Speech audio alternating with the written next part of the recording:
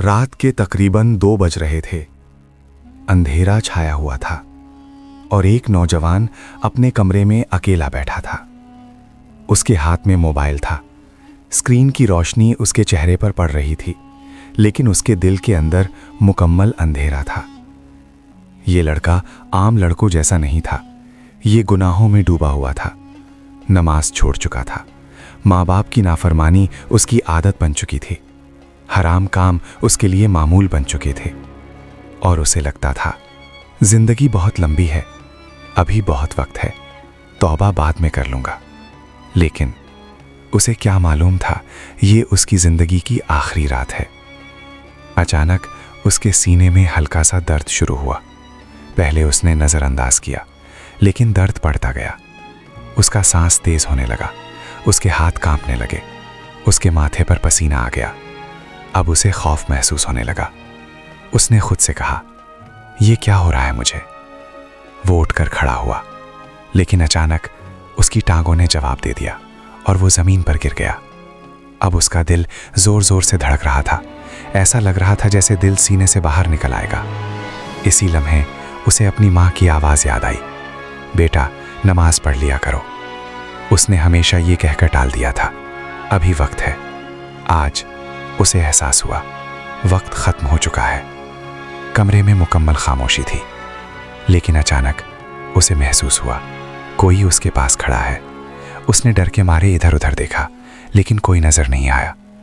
फिर अचानक उसका सांस रुकने लगा, उसकी आंखें खुल गईं, उसका जिस्म ठंडा होने लगा और उसकी रूह उसके जिस्म से निकलने लगी।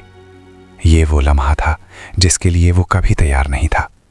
उसकी रूह निकलते वक्त उसे शदीद तकलीफ हो रही थी। ऐसा लग रहा था जैसे हजारों सुइयां एक साथ चुभ रही हों। वो चीखना चाहता था, लेकिन उसकी आवाज कोई नहीं सुन सकता था। चंद लम्हों बाद सब खत्म हो गया। उसकी आंखें खुली रह गईं, लेकिन वो मर चुका था। सुबह उसकी माँ उसे जगाने आई, बेटा उठ जाओ, फजर का वक्त हो गया है। लेकिन कोई जवाब नहीं आया। उसने दोबारा आवाज दी, बेटा। खामोशी। अब माँ को परेशानी हुई। वो कमरे में दाखिल हुई और जैसे ही उसने अपने बेटे को देखा, उसके हाथ से पानी का गिलास गिर गया। बेटा, वो चीख उठी। उसका बेटा अब इस दुनिया में नहीं था। माँ रोने लगी, बाप भी आ गया, घर में कोहराम मच गया। लेकिन अब बहुत देर हो चुकी थी। वो लड़का जो कल तक हंस रहा था, आज एक लाश बन चुका था। चंद घंटों बाद उसे गुस्ल दिया गया, सफ़ेद कफन पहनाया गया और जनाजे के लिए ले जाया गया। वही दोस्त जिनके साथ वो गुनाह करता था, आज उसका जनाजा उठा रहे थे। लेकिन कोई उसके साथ कब्र में नहीं जा सकता था। जब उसे कब्र में रखा गया और मिट्टी डालनी शुरू हुई, तो उसकी रूह चीख रही थी, मुझे वापस भेज दो, मैं तौबा करना चाहता हूँ, मैं नमाज पढ़ना चाहता हूँ। लेकिन अब कोई मौका नहीं था। मिट्टी डाली जा चुकी थी, लोग वापस जा चुके थे।